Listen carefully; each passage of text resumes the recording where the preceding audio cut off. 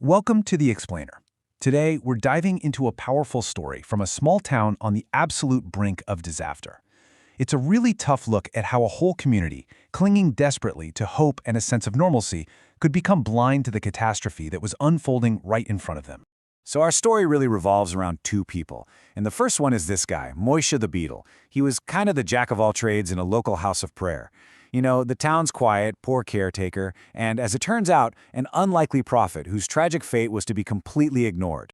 Now, to really get why nobody listened to him, you have to understand the world of Sighet back in 1941.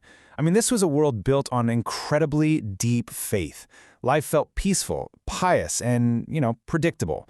The whole rhythm of the town was just set by study and by prayer.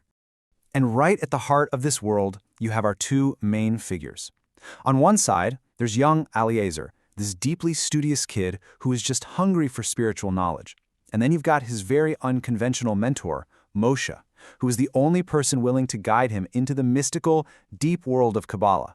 The foundation of their bond wasn't about Moishe just handing over easy answers. Not at all. He taught Eliezer that the real path to God was through asking questions, by really wrestling with the big stuff, and that ultimately, divinity was something you had to find inside yourself.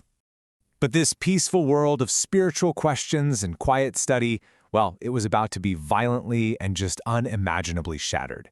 And that first crack appeared so suddenly, with absolutely no warning.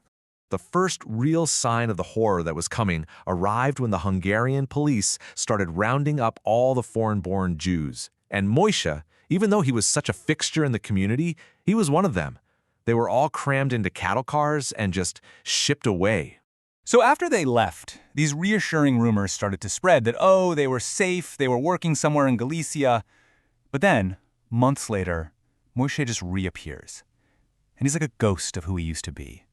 He hadn't come back as a mystic. He came back as a witness to a systematic, cold-blooded massacre in a Polish forest. He started going from house to house, his voice just filled with this desperate urgency, sharing these horrific details. I mean, he spoke of cruelty that is just unthinkable, of babies being used as target practice by the Gestapo. He was desperate to make them understand what was coming. So you're confronted with this first-hand account of genocide from a man you all know. How did the people of Sighet react? Well, the answer is really the tragic heart of this whole story.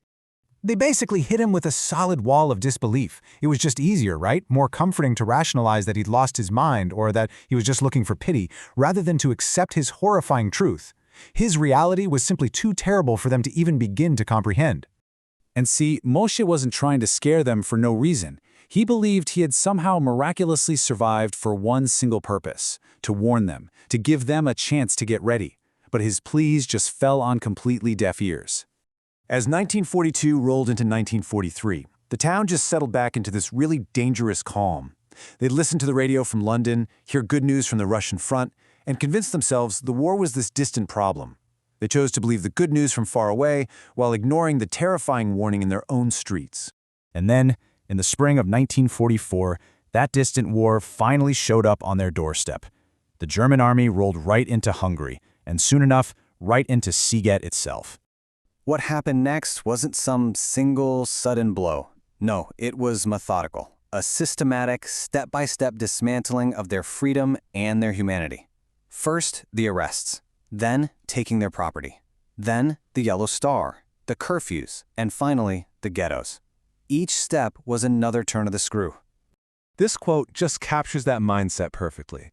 Even as their most basic rights were being stripped away, leaders in the community, people like Eliezer's own father, tragically downplayed the danger. They rationalized every new rule, unable to see the horrifying pattern that was emerging. So once they were forced behind barbed wire, sealed off from their neighbors, you'd think the community would find one last fatal illusion to cling to. This idea that this was it, that now they were actually safe. Instead of seeing the ghetto as a prison, a lot of people saw it as this strange sort of sanctuary.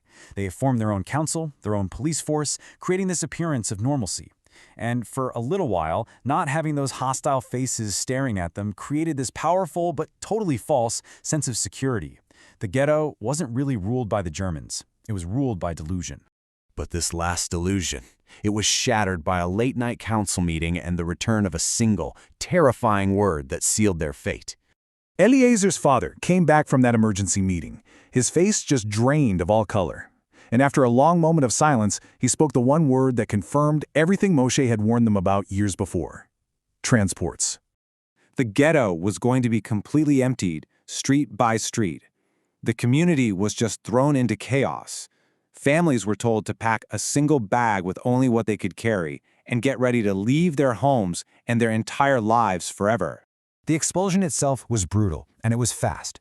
The Hungarian police, who had been their neighbors, were now herding men, women, and children through the streets, using clubs and rifle butts to force them along. They were the first faces of hell and death. Their last stop in their own hometown was their desecrated house of worship. The synagogue, once the center of their prayer and study, was now just a holding pen. Its sacred items were shattered, its floors used as a latrine, all before the final journey began. This number, it says everything about the final, horrifying reality. 80 human beings, packed into a single cattle car, with a little bit of bread and a few pails of water. The cars were sealed shut. Their destination was a secret, but their fate was exactly what Moishe the Beadle had foretold.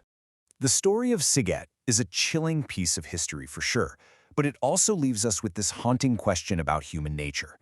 It forces us to ask how optimism and hope, things we usually think of as strengths, can become the very things that blind us in the face of a truth that is simply too unbearable to believe.